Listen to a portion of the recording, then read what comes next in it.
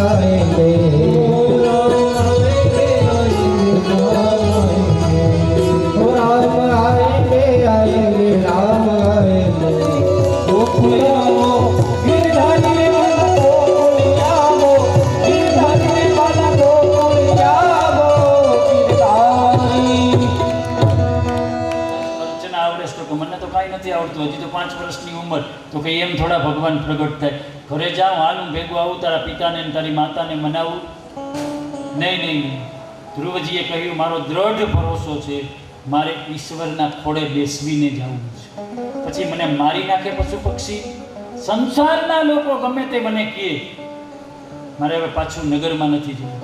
નારદજીએ વિચાર્યું કે આને ભગવાન મળશે, દ્રઢ ભરોસો છે, આના ગુરુ થવાય, બીજાના ગુરુ ન થવાય. ગુરુ થવામાં હો વખત વિચાર કરવો. ચેત મચ્છંદર ગોરખાયા, ગિરનારની કથા એવી તકલીફ થાય પાછી. બેટા હું તને બ્રહ્મ શબ્દનો કાનમાં મંત્ર ફૂકું, ઓમ નમો ભગવતે વાસુદેવાયનો જપ કરજે. અને અહીંથી તત્રાત ગચ્છ ભગવતે યમનાયામ તટઃ શુચિ. અહીંથી તું આગળ જાય છે એટલે મધુવન નામનું વન છે યમુનાજીના કિનારે, ત્યાં રહીને તપશ્ચર્યા કરજે. યમુનાજી ભક્તિ રૂપી છે. આપણા દેશની 42 નદી,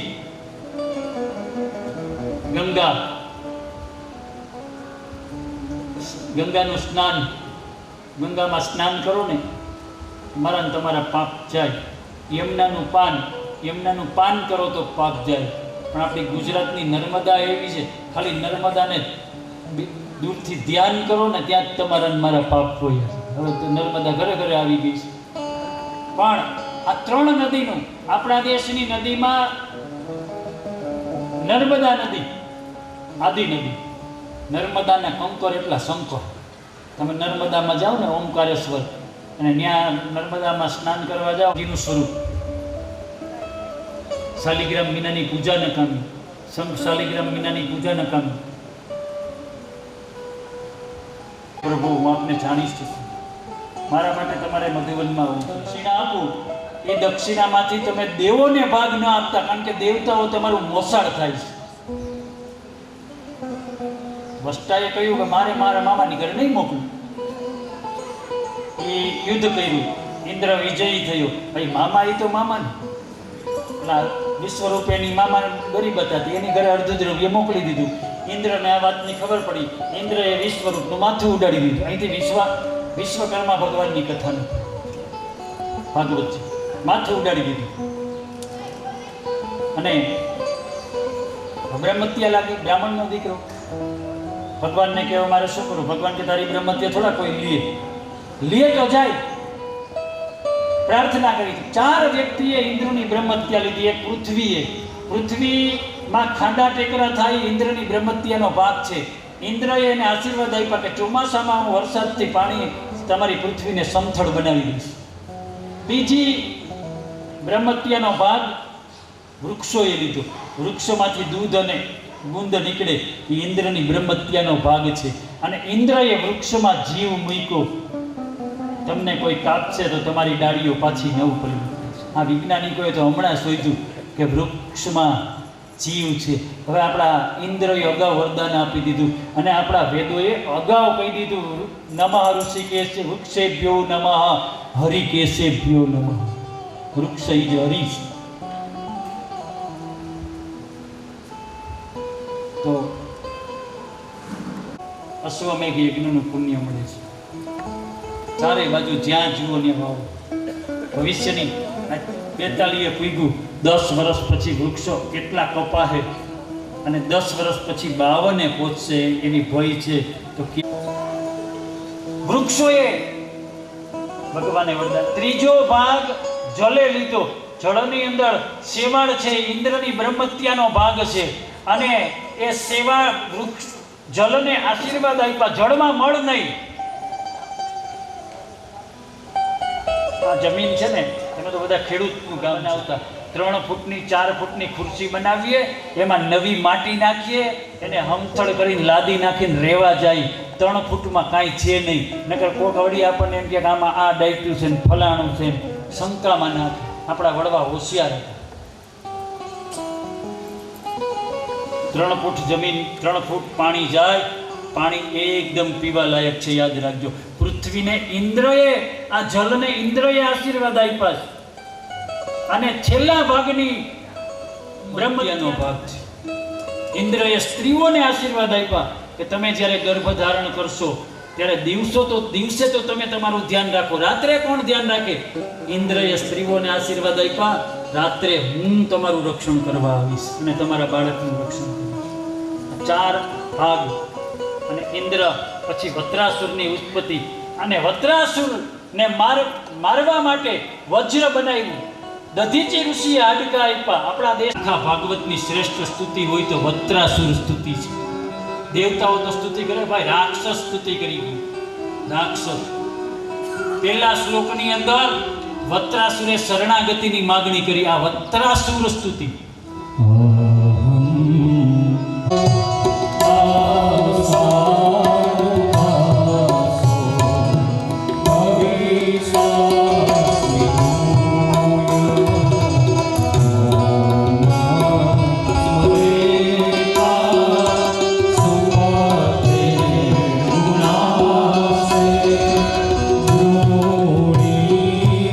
રાક્ષસ કુળમાં જન્મો, હવે મને મનુષ્ય બનાવો ને, દાસ નહીં તમારો, દાસનોય દાસ બનાવો. જેથી કરીને હું તમારા દાસના દાસની સેવા કરીશ. મન સ્મરેતા, મારું મન હંમેશા તમારું સ્મરણ કરે.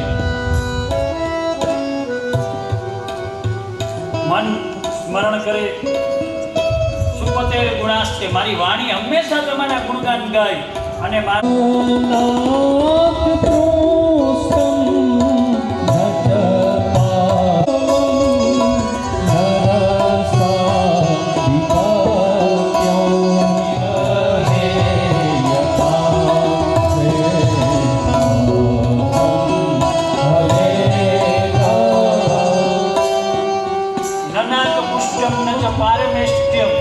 તમને કદાચ એમ હોય કે હું સ્તુતિ કરું છું એટલે મારે કંઈક તમારી પાસે જોઈતું હોય છે. મારે પરમ તત્વ નથી જોતું. ન યોગ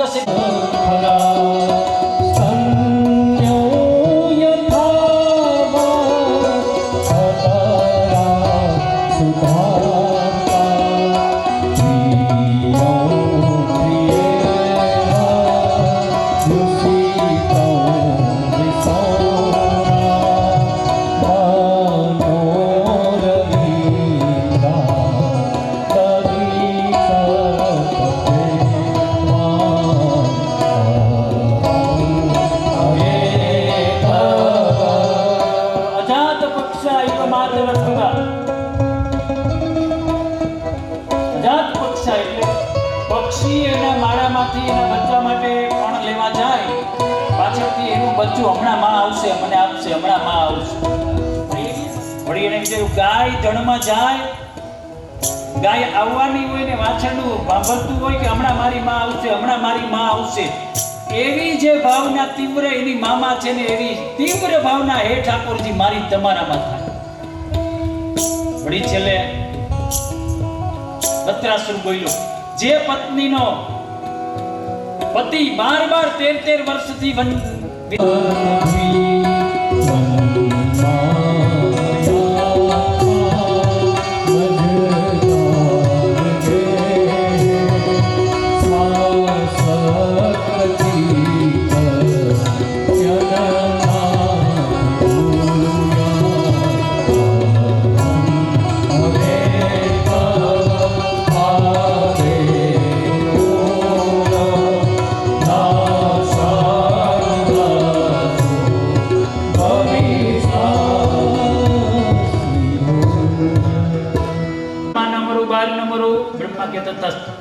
ઉપર ન મરું, નીચે ન મરું, તથાસ્તુ. દિવસે ન મરું, રાત્રે ન મરું, તથાસ્તુ. અસ્ત્રથી ન મરું, શસ્ત્રથી ન મરું, તથાસ્તુ. નરથી ન મરું, પશુથી ન મરું, તથાસ્તુ. લીલાથી ન મરું, સૂકાથી ન મરું, તથાસ્તુ. નીચે કરો સહી. બ્રહ્માને ચક્કર આવી ગયા. અને મારવો કે રાવણ કરતાય ખરાબ નીકળ્યો. આ ઠાકોરજીને તકલીફ થવાની. અને બધું આવી ગયું. આમાં કઈ કેમ મારું? ઘરમાં ન મરું, બહાર ન મરું, ઉપર ન મરું, નીચે ન મરું, દિવસે ન મરું, રાત્રે ન મરું, લીલાથી ન મરું, સૂકાથી ન મરું, અસ્ત્રથી ન મરું, શસ્ત્રથી ન મરું, નરથી ન મરું, પશુથી ન મરું. બ્રહ્મા કે આવી ગયું બધું, કે બધું હવે પૂરું. સહી કરો, 2 કોપી કરો. કે કા 1 કોપી કે હું રાખું ને 1 તમે. કા કે તમે દેવતા છો ને, સ્વાર્થી છો, કાલ ફરી જાઓ. તમારું નક્કી નહીં. તમે એમ કહી દો અમે ક્યાં વરદાન દીધા છે, તો અમારે ક્યાં ફરિયાદ કરવી? સુપ્રીમ કોર્ટે એમ કે ખોટું છે તો ફરિયાદ ક્યાં કરી? 1 કોપી લીધી એની પાસે, 1 કોપી આપી બ્રહ્માને. હિરણ્યકશ્યપુ ઇન્દ્રલોકમાં ગયા. ઇન્દ્ર વજ્ર લઈને લડવા આવ્યો હોય કે પેલા વાંચી લે કાગળ, પેલા વાંચ્યું કે આમાં તો આપણો ટપો પડે એમ નથી. હાલો તો ઇન્દ્રાસન ખાલી, 3 ભુવન ખાલી, આખી દુનિયાનો રાજા, લોકપાલ, દિક્પાલ, યમ, બ્રહ્મા, ઇન્દ્ર, વરુણ, વાયુ, કુબેર બધા જ હિરણ્યકશ્યપુના શરણે. ભયંકર દૈત્ય. વિષ્ણુનું નામ લેવું, મંદિરોને તાળા, બ્રાહ્મણોને કેદ કર્યા, વેદોને બાળી નાખ્યા, સાત્વિક લોકોને હેરાન કર્યા, દુઃખી કર્યા. ચારે બાજુ હિરણ્યકશ્યપુ, હિરણ્યકશ્યપુ ને હિરણ્યકશ્યપુ. હિરણ્યકશ્યપુને 4 દીકરા હતા. એકનું નામ સહલાદ, મોટા પુત્રનું સહલાદ, અને બીજા એને ત્યાં પંચજન્ય નામનો દૈત્ય જન્મ્યો હતો. અને એ સોમનાથના સમુદ્રમાં શંખમાં રહેતો. ભગવાન જ્યારે સોમનાથના સમુદ્રમાં એમના ભાઈને લેવા જશે ત્યારે શંખમાંથી સમુદ્રની વિનંતીથી આ પંચજન્ય દૈત્યનો વધ કરશે. અને પાંચજન્ય નામનો શંખ એ સમુદ્ર ભગવાન શ્રી કૃષ્ણને ત્યારે આપશે. 10મું સ્કંદ અહીંથી પ્રાસમય. આ સહલાદ, હલાદ બીજા પુત્રનું નામ. હલાદને સંતાન નહીં થાય. ત્યાર પછી અનુહલાદ, અને અનુહલાદને મહિષાસુર નામનો દૈત્યનો જન્મ. બધા જ દેવતાએ ભગવતી માતાજીની ઉત્પત્તિ કરી, દુર્ગા દેવીની. બધા જ તેજ મૂક્યું, અને એ દુર્ગા દેવીએ મહિષાસુરને વધ કરી મહિષાસુર મર્દિની બની. નવરાત્રિ, અત્યારે ચૈત્રી નવરાત્રિ ચાલે છે. મહિષાસુરને મારી અને આ જગતના તમામ દેવોને બચાવ્યા છે. આદ્ય શક્તિ. અને છેલ્લા પુત્રનું નામ હતું પ્રહલાદ. પ્રહલાદને ત્યાં વિરોચન નામના પુત્ર હતા, અને વિરોચનને ત્યાં બલિ નામનો પુત્ર થયો, અને બલિ રાજાને ત્યાં બાણાસુર નામનો પુત્ર થયો. આ રાક્ષસોની વંશાવળી. પ્રહલાદ જૈનમાં એટલે ભક્તિમય હતા. સંડામર્કને ત્યાં ભણવા મોકલા. બાને એટલો બધો હોશિયાર કરો, મારા જેવો બનાવો. તલવાર યુદ્ધ, મટકી યુદ્ધ, પટકી યુદ્ધ, ગદા યુદ્ધ, દ્વંદ્વ, જે યુદ્ધમાં તૈયાર કરવો એ કરો. મારો દીકરો થોડો મોડો હોય. હિરણ્યકશ્યપુએ પ્રહલાદને સંડામર્કને ત્યાં મૂક્યા. હવે સંડામર્ક 1 શ્લોક બોલે તો પ્રહલાદ 4 બોલે. સંડામર્ક કે આ તો મારો ગુરુ, હું આનો ગુરુ કે આ મારો ગુરુ? મને નથી આવડતું, યાને આવડે. કે તને કેમ આવડે? તો કે નારદજીએ મને ગર્ભમાં સંસ્કાર આપ્યા છે. સંડામર્ક એના ગુરુને બદલે શિષ્ય બન્યો. એક દી હિરણ્યકશ્યપુએ પ્રહલાદને પૂછ્યું, તારા ગુરુ શું શીખવાડે છે તારા ગુરુએ? તો કે ગૃહમંદકુપમ વનમ અભ્યાગતો. આ સંસાર છે ને પિતાજી, અંધારો કૂવો છે, એમાં માણસ પડે ને બહાર નથી નીકળી શકતો. તો હરિનામ રૂપી દોરી પકડીને બહાર નીકળી શકે છે. હરિનું જ્યાં નામ લીધું ને એના ખોડામાં, ત્યાં તો હજારો વીછી કઈડા હોય. હિરણ્યકશ્યપુને કરંટ લઈ ગયો અને પ્રહલાદનો ઘા કર્યો, તું મારો પુત્ર છો કે શત્રુ? અરે મારા રાજ્યમાં મારા દુશ્મનનું નામ નથી લેવાતું, તું છો કોણ? સંડામર્કને બોલાવ્યા કે સંડામર્ક, અને કોણ છે આ? તો કે મહારાજ, એને ક્યાંથી જ્ઞાન આવે છે ને અમને ખબર નથી પડતી. કોઈએ કહ્યું અને પહાડ ઉપરથી ફેંકો, ભગવાને ઝીલી લીધું. કોઈએ કહ્યું ગાંડા હાથીની સામે નાખો, ગાંડો હાથી ડાયો થઈ ગયો. શુંડવતી પ્રહલાદને લઈ ઉપર બેસાડીને ઝૂલવા માંડ્યું. ઉકળતા તેલમાં નાખો, તેલ ઠંડુ થઈ ગયું. કોઈએ કહ્યું ભુભુક્ષિતમ કિમ નરોતિ પાપમ, ભૂખા માણા હું ન કરે, આને ભૂખો રાખો. કારાગૃહમાં પૂરી દીધો. 3 મહિને જોજો, આપણે મૃત્યુ પામશું. 3 મહિના થઈ ગયા ભાઈ. પ્રહલાદ અંદર ભૂખ્યું. હવે ભાઈ જુનાગઢની જેલમાં રામ આંડલિકને હમણાં 500 વર્ષ થયા. હમણાં રામ આંડલિકની જેલમાં, ગંગાજળિયાની જેલમાં જો નરસિંહ મહેતાને ભગવાન જેલમાં હાર એમને એમ પહેરાવી દેતો હોય તો સતયુગમાં પ્રહલાદને જમવાનું ના આપે? રોજ લક્ષ્મીજી આવતા અને જમાડતા.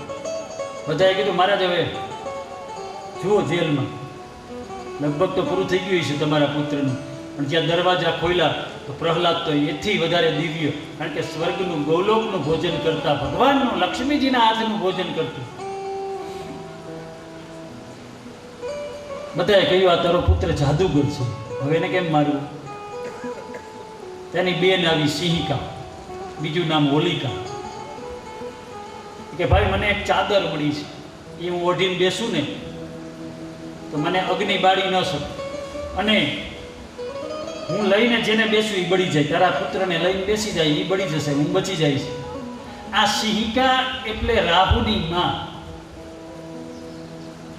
આપણે એમ કે ગોર બાપા કે ને રાહુ હમણાં બેઠો તમને, રાહુ નડે છે, ત્યાં તો આપણને એમ થાય અરે આ રાહુ ક્યાંથી આવ્યો. હવે એ રાહુ જો આપણને આટલો નડતો હોય તો એની માં કેટલી નડતી હોય આ સિંહિકા ઈ કાળમાં. હવે આવી ગયો અત્યારે. અને હિરણ્યકશ્યપુની બેન હોય ને, હિરણ્યકશ્યપુના ભાણિયા રાહુ જેવા જ હોય ને ભાઈ, હારા થોડા હોય. ઈ કઈ હરિશ્ચંદ્રના રોહિત થોડા થાય. ઈ કડવી વેલમાં તુંબડા જ આવે મારા વાલા, એમાં કઈ ત્યાં હારા ફળ ન આવે.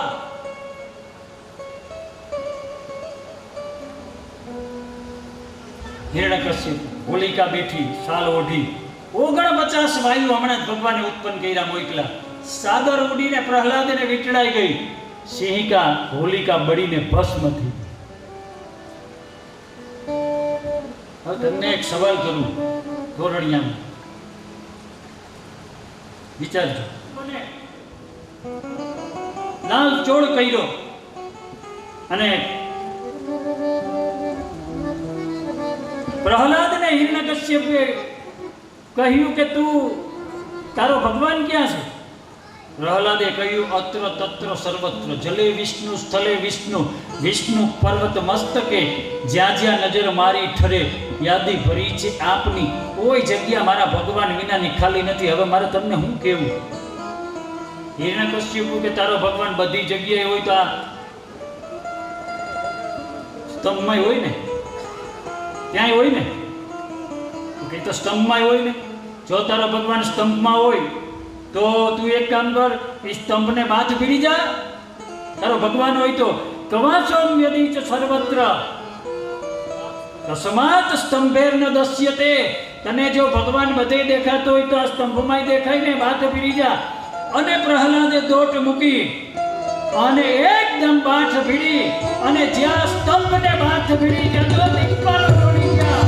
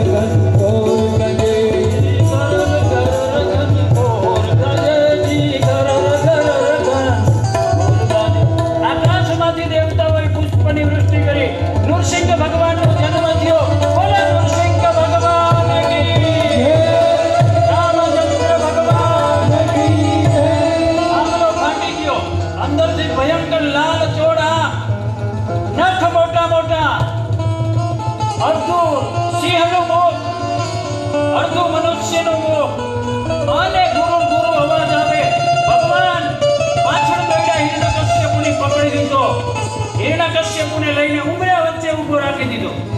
પોતે ઉંબરા વચ્ચે બેઠા, ખોળામાં સુવડાવ્યો, કાઢ કાગળ પેલો. બ્રહ્માએ આપ્યો ને કાગળ કાઢ, કાઢ્યો. નૃસિંહ ભગવાન કે વાંચ પેલું ઘરમાં ના મરું. ભગવાન કહ્યું મારી ચોકડી, મારી ચોકડી. બીજું ઉપર ના મરું, નીચે ના મરું, આકાશમાં છીએ? નહીં. પૃથ્વી ઉપર બેઠા છે? નહીં. તો ક્યાં બેઠા? લાકડા ઉપર, ઉંબરા ઉપર. ગયું કે ગયું ભગવાન માર ચોકડી. દિવસ ભગવાન શુક્લ વૈશાખ મહિનાની 14ને દિવસે સંધ્યા કાળે પ્રગટ થયા એવું ભાગવત બતાવે છે. સંધ્યાના દિવસ કહેવાય કે ના? રાત કહેવાય કે ના? ગયું તો કે ગયું માર ચોકડી. બીજું બોલ તો કે લીલાથી ન મરું, સૂકાથી ન મરું. કે આ નખ છે મારા, એ લીલા કહેવાય કે લીલાય ન કહેવાય? સૂકા કહેવાય કે નાના સૂકાય નથી કહેવાય? ગયું કે ગયું માર ચોકડી. બીજું અસ્ત્રથી ન મરું, શસ્ત્રથી. નખને અસ્ત્ર કહેવાય નહીં, શસ્ત્ર નહીં. ગયું ગયું માર ચોકડી. એક છે હજી, બોલ. નરથી ન મરું, પશુથી ન મરું. હું તને કેવું લાગુ નરસિંહ ભગવાન કે એ જ હજી નથી ખબર પડી કે તમે ક્યાંથી આવ્યા. આ અર્ધા સિંહ જેવા મોઢું છે, આ શરીર પાછું મનુષ્ય જેવું. એટલો ભગવાનનો ક્રોધ દિગ્પાલો ને એમ હતું કે હમણાં પૃથ્વી મોકલાઈ જશે. લક્ષ્મીજીએ બ્રહ્માને કહ્યું કે હિરણ્યકશ્યપુને તો મારી નાખ્યો. બ્રહ્મા આ રૌદ્ર રૂપ છે, આનો ક્રોધ શાંત કરો, નકર 14 બ્રહ્માંડ હમણાં ઓગળીને રસા તળમાં વહી જાય. તમે ને હું બધાય ખતમ. જાઓ જાઓ પ્રાર્થના કરવા. બ્રહ્મા કે હું ન જાઉં, કારણ કે આ વરદાન મેં જ દીધા રાવણને, કુંભકર્ણને. મારે તો હેરાન થવું ને, હું નહીં જાઉં. તો તમે એના પત્ની છો, તમે જાઓ.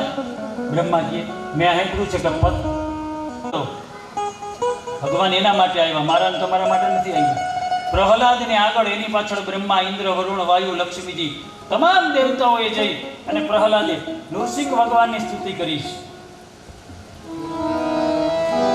બ્રહ્માદય સુરગણા મુનયો સિદ્ધા સત્વેતાનમતયો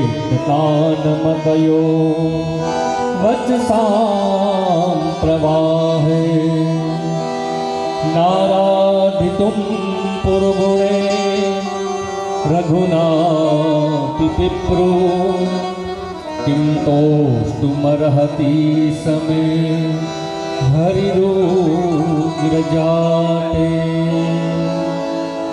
તૈવાત્મના પ્રભુરયો નિજલાભ્યાત્મને પ્રતિમુખસ્ય યથા મુખશ્રી બ્રહ્માદય સુરગણા મુનયોત સિદ્ધા ઓમ ગુરુભગસ્વ ભગવતે ગુરુસિંહ સ્વરૂપાય માનવસ્વરૂપાય ભગવતે મહાવિષ્ણવે નમઃ. ધ્યાય ધ્યાન સમર્પયામિ. પ્રાર્થના નમસ્કારાં કરોમિ. અથઃ વિપ્રજ્ઞાનઃ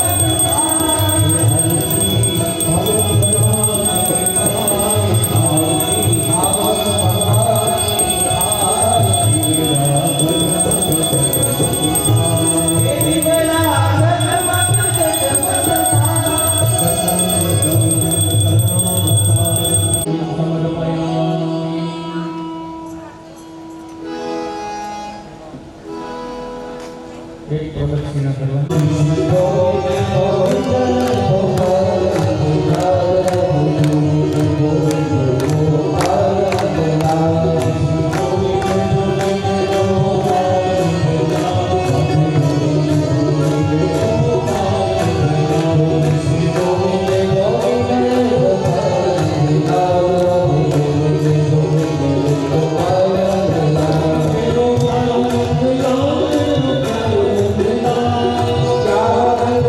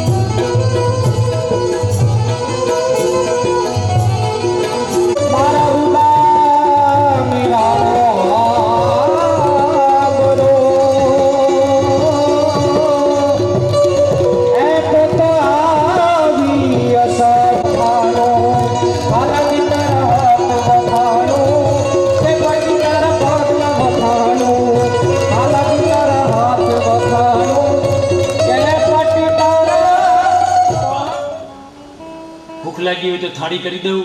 ઘરના સભ્યો બધા આવીને પૂછે કેમ થાક લાગ્યો, રસ્તામાં કાંઈ તકલીફ થઈ, નથી વાંધો આવ્યો ને, ત્યાં સુધી શાંતિ. પણ જેવા તમે ઘરમાં પગ મૂકો અને કોઈ આવે જ નહીં, ન ચા દેવા કે ન પાણી દેવા, એમાંય કોક આવીને પૂછે આવી ગયા, જાણે કેમ આપણે ધરર આવ્યા હોય.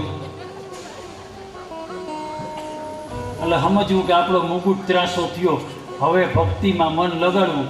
હવે આપણું આ ગજેન્દ્ર મોક્ષની જેમ સંસાર ચાહનાર કોઈ ચડતું નથી, કહે છે મરી જઈશ પણ પાછળ કોઈ પડતું નથી. આ સ્વાર્થનો જમાનો છે, આ સમય સ્વાર્થનો છે, કોઈ ના આવે ભાઈ. હમણાં જ મેં કહ્યું શનિવર મુનિવર સબહી એક રીતિ. ગજેન્દ્ર હાથી સંસારમાં એકલો, અને જીવ એકલો આવ્યો છે, જીવને એકલા જ જવાનું છે. ભગવાને આજે ગરુડનો વિચાર ન કર્યો કે હવે મારે જવું જોઈએ, અને એકદમ ગરુડ વિના ત્રિકૂટ પર્વત ઉપર આવી સુદર્શન ચક્રથી મગરનું મસ્તક ઉડાડી ગજેન્દ્રને મુક્ત કર્યો.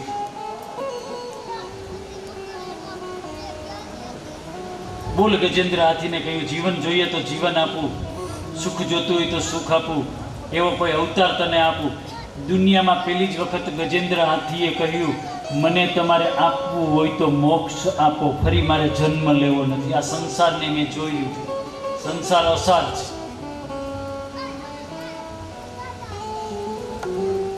ભગવાને ગજેન્દ્ર હાથીને પોતાના ચરણારવિંદમાં ગ્રહણ કર્યો અને મુક્તિ આપી છે. આ મુક્તિ આપનારી કથા છે, એટલે ગજેન્દ્ર મોક્ષનો પાઠ આપણે કરવો જોઈએ. અને ગજેન્દ્ર મોક્ષ પછી સમુદ્ર મંથનની કથા છે. દુર્વાસા ઋષિ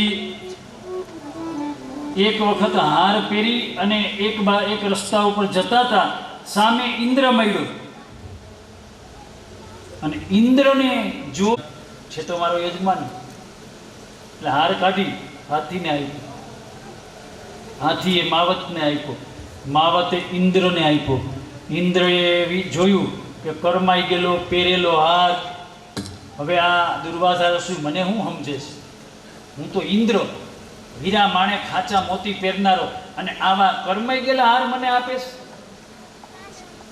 એ રસ્તા ઉપર ઘા કરી દીધું અને હાથી એના ઉપર પગ મૂકી દીધું. હવે આ દુર્વાસા ઋષિએ જોયું, હવે એક તો દુર્વાસા એટલે ક્રોધનું પૂતળું, હળાહળ ડૂબી જાય, તમે ભિખારી બની જાઓ, જાઓ. જ્યાં આંજલી છાટી ગૌલોક, બ્રહ્મલોક, ઇન્દ્રલોક, વરુણલોક બધા ખાલી, એકદમ કરશે. બધા દોડી ભગવાન પાસે ગયા. ભગવાનને કહ્યું કે અમારે શું કરવું? ભગવાને કીધું કે તમે સમુદ્ર મંથન કરો ને તો આ બધી વસ્તુ પાછી નીકળશે, નકર તમારું કામ નથી. મંદરાચલ પર્વતનો રવૈયો બનાવો, વાસુકી નાગની દોરી બનાવો, એક બાજુ દૈત્યો ખેંચે, એક બાજુ તમે ખેંચો, આ મંથન કરો તો 14 રત્ન નીકળશે. પણ દૈત્યોને પેલા મનાવવા પડે, દૈત્યોને મનાવવા ગયા. હવે દૈત્યો કે અમને મળશે હું, ઈ કયો પેલા તો અમે મદદ કરીએ. આનો તો આવો જ ભાવ હોય કે ભાઈ તમને. દૈત્યોની માગણી તો એવી હોય ને, એને એમ કીધું કે અમે કઈ બાજુ રહી, સરપના મોઢા બાજુ કે સરપના પૂંછડા બાજુ, વાસુકી નાગી. તો નારદજીએ કીધું તમારે જે બાજુ રહેવું હોય, કે અમે થોડા પૂંછડા બાજુ રહી, અમે તો મોઢા બાજુ જ રહી. એટલે નારદજી કે રહ્યો ને મોઢા બાજુ, તમારી મરજી. મુખ બાજુ રહ્યા, અને રવૈયો આમાં આવેલો તો નાગ બાપાના મોઢામાંથી ઝેર નીકળવા માંડ્યું. આ માંડ્યા હળગવા, એ કે અમારે મુખ બાજુ નથી રહેવું, અમને પાછળ જવા દે. કે કાં અમે તમને પહેલાં કહેતા હતા. વળી પાછા આવી, મંદરાચલ પર્વત જલમાં જતો રહ્યો. ભગવાને કાચબાનો અવતાર લઈ, કચ્છપ અવતાર લઈ અને મંદરાચલ પર્વતને ટેકો આપ્યો, અને મંથનની શરૂઆત થઈ. આ સમુદ્ર મંથન છે. મારી તમારી 18 વર્ષની ઉંમર થાય ને ત્યાં આપણા મનનું મંથન થવું જોઈએ. આપણે શું કરવું છે તો રત્નો.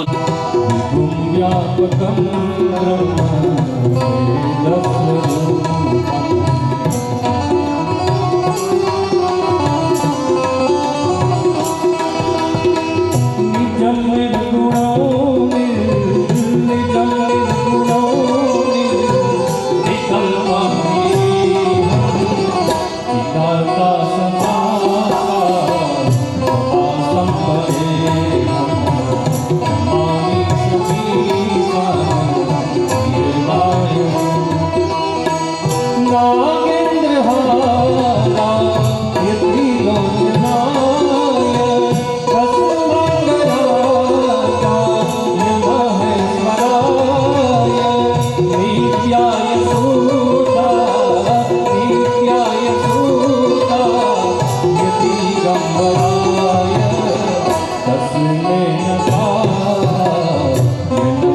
शिवाय तस्मै नमः शिवाय नमामि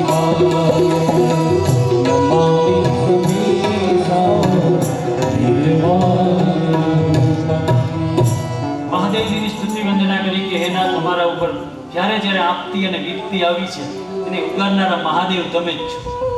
હવે એક મોટી મુશ્કેલી આવી છે. મહાદેવજીએ પૂછ્યું શું? તો કે અમે સમુદ્ર મંથન કરતા હતા, બરાબર, તો પેલી જ આ વસ્તુ નીકળી. શું? ઇન્દ્ર બ્રહ્માને કે તમે કયો, બ્રહ્મા ઇન્દ્રને કે તમે.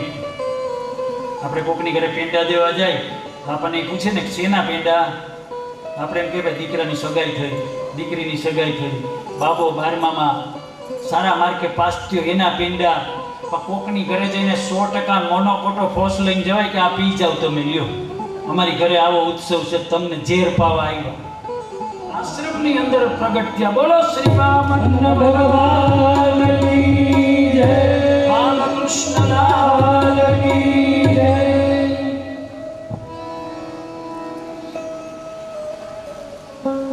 વામન ભગવાન જન્મ્યા ને એટલે સીધા જ 5 વર્ષના બતાવ્યા છે, સીધા મોટા બતાવ્યા છે. વામન ભગવાનનું જન્મ સ્થળ કયું? આપણા જુનાગઢ જિલ્લામાં જ છે વામન ભગવાનનું જન્મ સ્થળ. વામન ભગવાન જુનાગઢ જિલ્લામાં જ જન્મ્યા છે. અને બલિરાજા ગુજરાતમાં યજ્ઞ કરતો હતો, ત્યાં દાન લેવા માટે ગયા. આ વંથલી છે ને એ ભગવાનનું જન્મસ્થાન છે. વામનસ્થળી ભાગવતમાં નામ લખ્યું છે. વામનસ્થળી જુનાગઢનું રેવતાચલ નામ લખ્યું છે. રૈવત નગરી ઐતિહાસિક જે ગામો છે, નવા બન્યા હોય એના નામ નથી, પણ જુનાગઢનું રેવતાચલ, રેવત પર્વત ગિરનારનું નામ હતું એટલે રેવતાચલ. અને રૈવત નગર એટલે રૈવત નગરના રાજાનું નામ રૈવત હતું. અને રૈવતની દીકરી રેવતીની સાથે દાઉદજીનું લગ્ન થયું. પુરાણમાં નું વર્ણન. વંથળીનું નામ છે પણ વંથળી નથી લખ્યું, એ અપભ્રંશ નામ છે. એનું નામ છે વામનસ્થળી. વામનસ્થળીમાંથી અપભ્રંશ થઈને વંથળી થયું. અને અંગ્રેજો આવ્યા પછી વંથળીનું વંથલી કર્યું. જેમ ગોંડળ વાય અડો લાગતો, ગોંડળ સાચું ગુજરાતી નામ છે ગોંડળ. ગોંડલ નહીં, ગોંડળ. અમુક રાશિ બદલી ગઈ. અમુક અંગ્રેજોએ જ્યારે એલ લગાવ્યો હળનો, એમાં ઘણાની અટક. રાવણ હતા, એમાંથી અહીંથી પદયાત્રા કરતા કરતા નીકળ્યા છે. બ્રાહ્મણનો દીકરો મોટો થાય એટલે એને યજ્ઞ પવિત દેવાય, ત્યાં સુધી બ્રાહ્મણ ન ગણાય. એને યજ્ઞ પવિત દીધા પછી એ દ્વિજ બને છે, કર્મને લાયક બને છે. ભગવાન નાના શું કામ બન્યું? દાન લેનારો હંમેશા નાનો છે, દાન દેનારો હંમેશા મોટો છે. દાન દેનારો છૂટી જાય છે, દાન લેનારો મુશ્કેલીમાં આવે છે કે આને વાપરવું કેમ, નહીંતર પાપ લાગે. સીધું દાન લઈને ખીચામાં મૂકીને ન હાલતું થવું, એ નડે છે મને ને તમને. 5 વર્ષના બાળક ભગવાન નીકળ્યા તો ભગવાનના તેજ, સૂર્યનારાયણ ભગવાન જેવું તેજ પોતાના બાળકો એમના ચરણારવિંદમાં મૂકવા માંડ્યા કે સૂર્યનારાયણ આવ્યા. બ્રાહ્મણ બ્રહ્મ તેજથી ઓળખાય, ક્ષત્રિય એમની શક્તિથી ઓળખાય, વૈશ્ય એમના ધનથી ઓળખાય, અને શૂદ્ર એની ઉંમરથી ઓળખાય.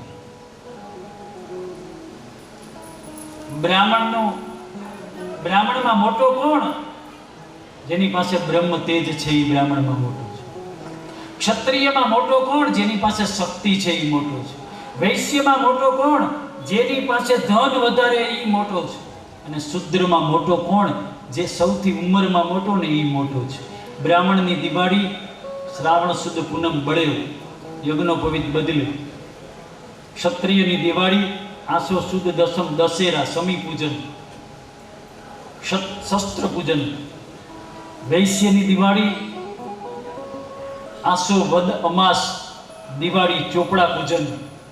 અને શૂદ્રની દિવાળી ફાગણ સુધી પૂનમ ઉતાસણી, એ એમની દિવાળી છે. બ્રાહ્મણને 4 ગણું દાન કરવું શાસ્ત્રોમાં લખ્યું છે, વૈશ્યને ક્ષત્રિયને